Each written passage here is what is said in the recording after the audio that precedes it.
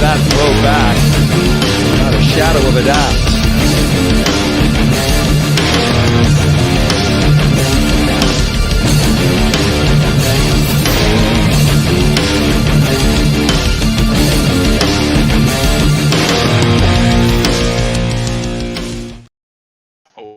Welcome to another edition of the Summer Showcase. Tonight I'm flying solo after a slew of random, I don't want to say random, but after a slew of interviews and guests. I am here today to discuss the ELF as they return to action for Week 11, coming out of the league-wide bye week for the international play that they had going on for national teams. The ELF is in the process of moving into their final push for the playoffs. And with that, there are some key things. First and foremost, I want to give a special thanks to all the guests that have happened here. I want to thank once again Sam for that wonderful intro that's happened here on this show. And I want to thank everybody here at Shady Sports for giving me the platform to talk about European football and trying to bring that to the Americans, of course, as well.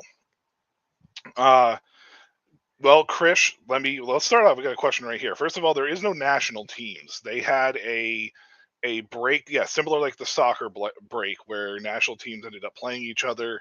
It was like they had like Finland, Italy, various teams like that. They all played each other over the course of the weekend. I did not follow, so I do not know who won. I believe Finland may have won the whole thing. Maybe. I'm not really 100% sure, but that's a good question. They're not part of the ELF, but the ELF does give the national players a chance to take a break to go play for their team. So that's the reason why for the Week 10 break with no games. With that being said, as we get pushed into the playoff push here down the stretch, some key players are returning at the quarterback position specifically are returning to their teams this week. First and foremost, we'll talk about the team that's out of the playoff picture at this point in time, and that's Barcelona, unfortunately. But Connor Miller has officially been brought off of IR, and being brought off of IR means that he should be able to play this week. He was hoping to come back against Paris. I interviewed him earlier, and he was hoping to take on Zach Edwards, who they kind of swapped places this year as far as play is concerned. Did not happen, but he is back, so it would be nice to see him on the field as he returns to the action to try to win out a few games for Barcelona. I know mathematically they're not eliminated just yet, but they have an uphill battle to get into the playoffs. Now let's talk about a team that's on the bubble, the Warclaw Panthers, my team, the team that I cheer for here. They are in the playoffs right now, currently as it stands. They've had turned to Max Sexton to take over for Matthew Vitelli, who was suffering from a injury for a few weeks. Vitelli is now back, and now that Vitelli is back, that is good news for the Panthers as they push this. As we get down to wind down the ELF season to try to make the playoffs. Him and Tony Tate have a great connection. Unfortunately for them, their first opponent's coming right out of the gate is Vienna, I believe, and that's a tough matchup as it is already. They pushed Vienna in the first matchup, so there is a possibility that they may be able to play upset. And spoiler there, no guarantees at all as far as that's concerned. The big one here is the Stuttgart Surge. Slade Yardman, no, he's in Berlin. Carlton Aiken, maybe. No, he was with Barcelona. I'm drawing a blank on the name, but Stuttgart had a couple different guys that played for Riley Hennessy while Hennessy was injured. Hennessy has been activated, and he is now coming off of IR. Stuttgart is in a push for the number one seed right now. They are playing really, good, sound, solid defense, and their offense gets a major boost with Riley Hennessy back at this moment in time. The big news obviously surrounding all of that quarterback play, because in the ELF we all know that quarterback is by far the anchor of this team. Of these teams, and the ability for them to be able to get their offenses moving. So it's awesome to see those three back, and it will be awesome to see what the playoff push looks like down the road here. We are entering week 11. I believe there's only 14 weeks. So we are winding down the season here. I think there's only like 3 or 4 weeks left. And it's going to be exciting to see how these things go. Pardon me for the camera shake there. Um, the standings as it sits right now, just for a refresher, the Western Conference right now looks like the Rhine Fire, they're 8-0. Frankfurt Galaxy 7-1. So there is still a possibility for the Fire to lose that division. Not sure that that's what's going to happen because the Fire still look like one of the premier teams, one of the most complete teams in the league overall. Offense is really solid, defense is really good, and Frankfurt is kind of flown under the radar a little bit, and they're actually a team that's very sneaky with the way that they play the game. A lot of their games are very gritty. They're not a high scoring offense by any means. I mean, Ryan has outscored them by 100. And even the points against Ryan's defense looks like it's one of the best in the league. They at this point in time. So Frankfurt though could be sneaky. They're playing better. They're getting better across the board, and they're moving forward. Now Hamburg is 4-4. They're on the outside looking in. They definitely need some help as far as it is concerned. We'll jump to the Central Division real quick to clear up a little bit of the playoff picture. Stuttgart 7-1, but they still have the Raiders, Tyrol. Despite all the controversy that's happened there, they're 6-2 coming down the stretch. They have a chance to win the Central. So it's Stuttgart is definitely getting back their quarterback with Riley Hennessy at this particular point in time for good reason. The statistics across the board look pretty even between Stuttgart and the Raiders. So it will definitely be interesting to see, what this Raiders offense is going to look like now that they have a new quarterback in town and a new receiver that after, Jarvis McClam and Christian Strong are no longer with the team. In the Eastern Conference, the Vienna Vikings 8-0. But the key thing here is they are not the highest scoring team in this conference. The highest scoring team in this conference is actually the Panthers Warclaw. Now I know that the conference is, as far as the imbalance in play, especially here in the Eastern Conference, is a little imbalanced. But Berlin is 5-3 on the outside looking in at this particular point in time. So it's not like that there's not a third team in this conference that is not making it difficult for these two teams. Berlin has not been consistent by any means, do not get me wrong, but they have played well enough to the point where, being at 5-3, they have an outside shot of making these playoffs as well. The expansion of the ELF, as far as what they did this year, they also expanded the playoffs to kind of alleviate some of those teams that are coming in. So it's awesome to see. Now, Hamburg, we talked about, they're 4-4, and Munich is 4-4. The expansion Ravens have one of the better offenses in the league. They're actually the highest scoring offense in their division, but their defense has been really, really, really suspect, specifically the secondary. Munich has a very, interesting game this week, to the point where there is a possibility that they could play upset or spoiler, as they do play Stuttgart, but they're in Stuttgart for this matchup. It is probably on paper the matchup of the week, at least for me, anyways. And most of the time, my matchups of the week end up not looking so pretty.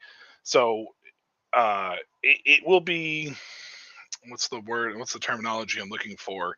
It should be fireworks there with Riley Hennessy, coming back and trying to lead this Stuttgart team to a playoff push. I don't know if they'll get the number one contender, but they're or the number one seed, but they are right there. It just takes one slip up for Ryan and one slip up for Vienna. The next thing you know, you're in here. The Ravens defense is going to be the key in this situation, because the Ravens defense is, I guess, inconsistent is the best way to put it. It's been a roller coaster season for them. Some games they look really, really, really good. Other games they don't. And this is going to be a true test to see where Munich is and whether or not they're going to make a playoff push here down the stretch. Vienna at Warclaw would normally be my game of the week, but just because of the nature of Riley Hennessy returning and the Munich Ravens being on the outside looking in, I'm kind of looking at that game. But you could make a case for Vienna and Warclaw because Warclaw is coming back with Matthew Vitelli. He's coming back this week. That is key and that is clutch for the Panthers heading down the stretch here. And it's something that I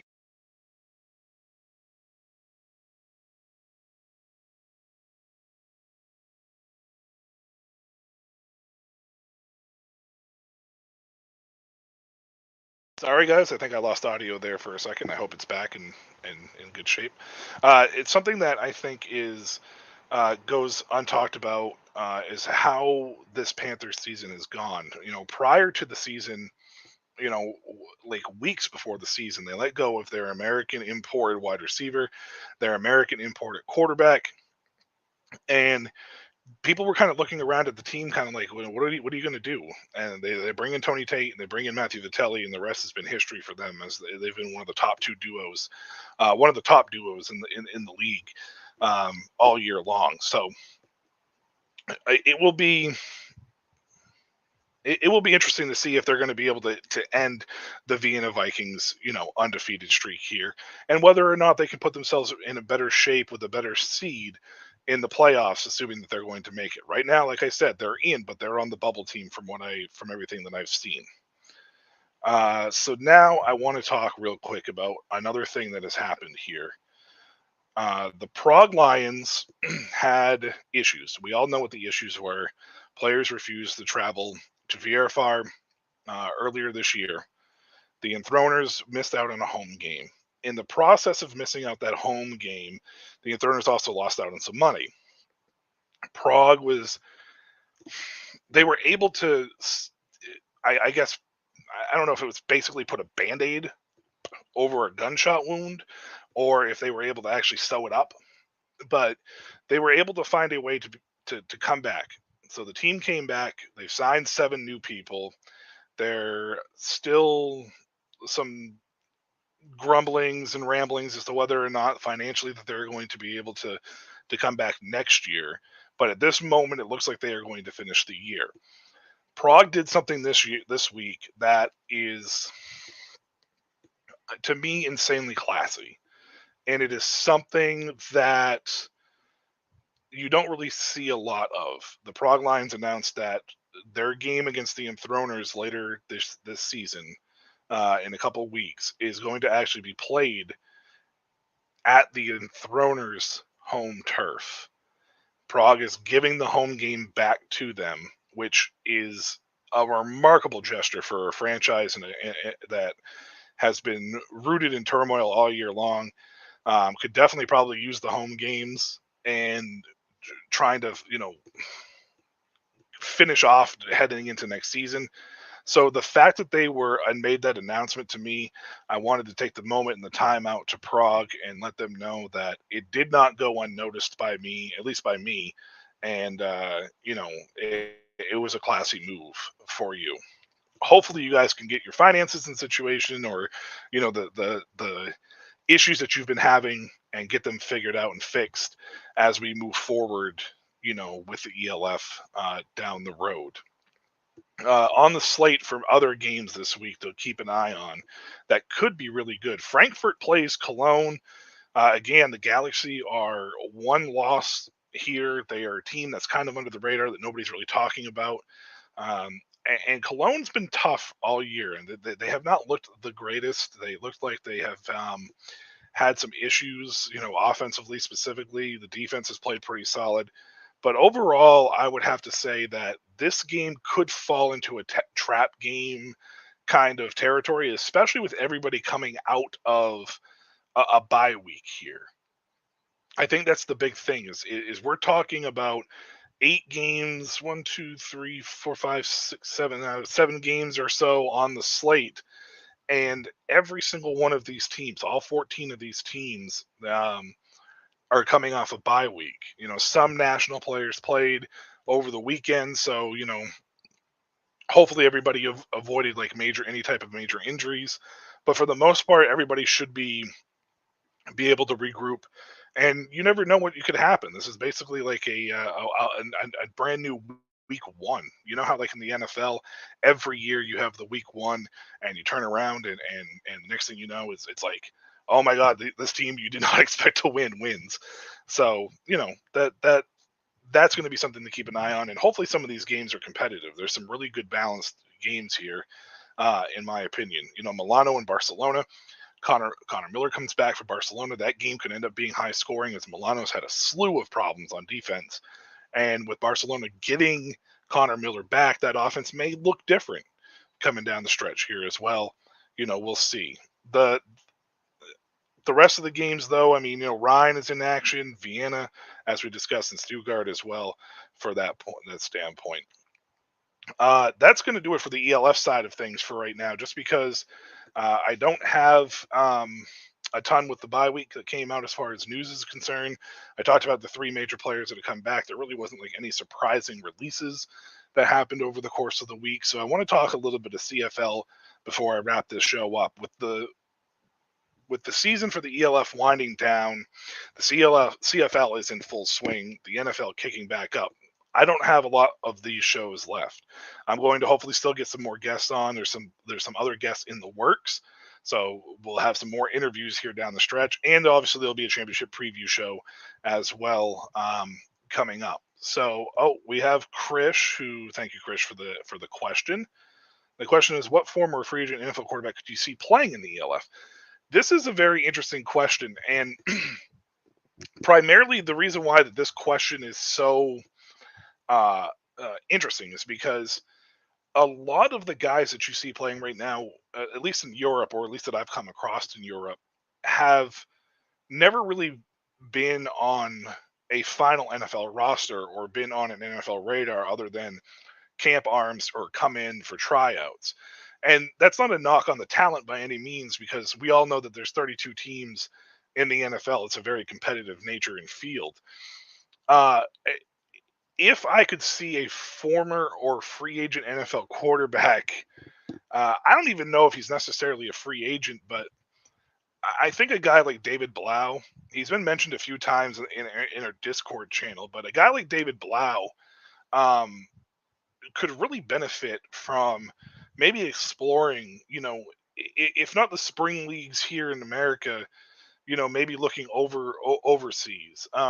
Because he is a talented quarterback. He just needs to get the reps and needs to get the opportunity and chance to showcase what he truly has. Um, but it's hard to pinpoint one, Krish. And the reason why it's hard to pinpoint one is primarily because with the CFL, the XFL, and the USFL all in this area here, and with the LFA kind of growing a little bit in Mexico, um, it jumps for a lot of these former guys. A lot of the guys that you're going to see or that you would think of going overseas. A guy like Eric Barrier. He hasn't been in the NFL. He hasn't got a shot in the USFL.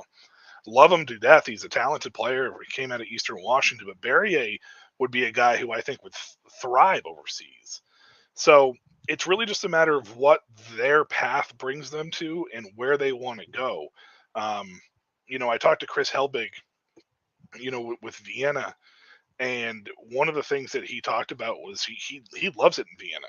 You know, if he doesn't come back to Colorado to play in Colorado ever, he's perfectly fine staying in Vienna for as long as they want him there. Great culture, great country, he said, and that's something that I think some of these quarterbacks should look into.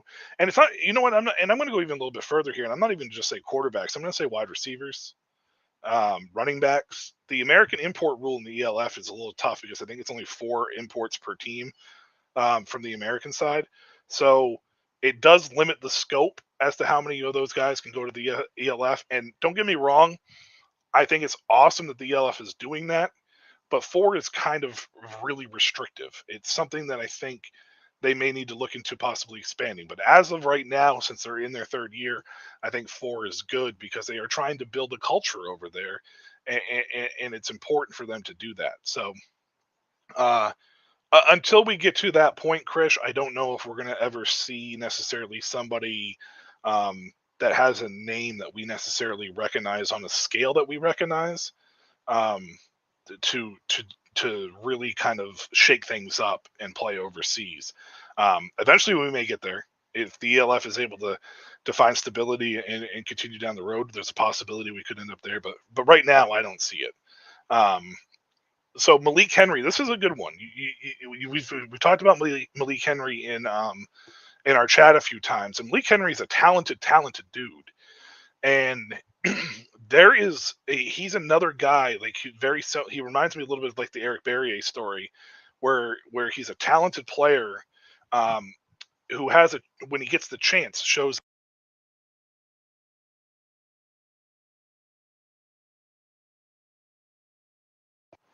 when it comes to Malik Henry. I think that Malik Henry is a guy that, um, I would, if I was him, I may look into it. I don't know if it's necessarily worth my time. I guess it would just depend on the pay scale from the NAL to the ELF. But I imagine that anytime you're going from indoor to outdoor, and it's not a knock on indoor football at all by any means, that the pay is probably close to it's competitive and comparable, if not more than what they're getting paid indoors. So Malik Henry would be a great fit, and I think that with the playing style overseas, he would be a great quarterback to really kind of look at. Even if it's not the ELF, there's other European leagues that are really good. I talked to Randy Schrader, he's in the CEFL. So they have other leagues that are over there. The GFL, obviously the German Football League, has been, kind of the staple until the ELF kind of came around. So Malik Henry, if he really wants to try to get some tape out there for some outdoor football, he should look into it for sure, man. And that's a great question. So, or a great name drop, I should say, for a perfect candidate that could happen for something like that as well. Uh, Now the CFL, obviously their season's in full stride. Things are starting to kind of separate themselves. I've been harsh on Edmonton, but you guys, Trey Ford is getting the start for Edmonton. They have a new offensive coordinator out there.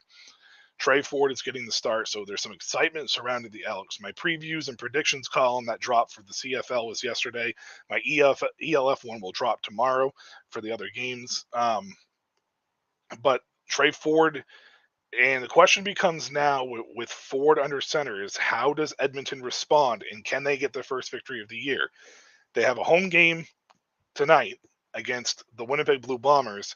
They have 22 straight home losses. It set the record for any major um, sporting team home loss record. Not really a record you want. Can they end it tonight with Trey Ford under center? So tune in at 9 p.m. Eastern time. I don't know what time that would be in other areas, but check it out to see if Winnipeg maybe falls victim to a trap game and Edmonton is able to end their winless streak here and actually get one wrapped up in that sense. That's all I have for tonight here at the Summer Showcase. I know it was a little bit of a quick show, but when I'm by myself, I tend to talk a little bit faster. Don't really have much of a discussion to talk about. Topics don't come up as much as well. But, either way, this is always fun. Thank you again for tuning in. Thank you for the Shady Sports Network as well.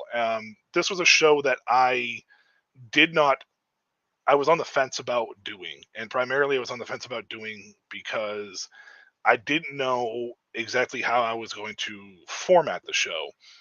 Things have worked out so much better than I hoped for with the ELF interviews, having guests on the way that I've had guests. And I can't thank everybody enough for the endless amount of support and the endless amount of just encouragement to do this.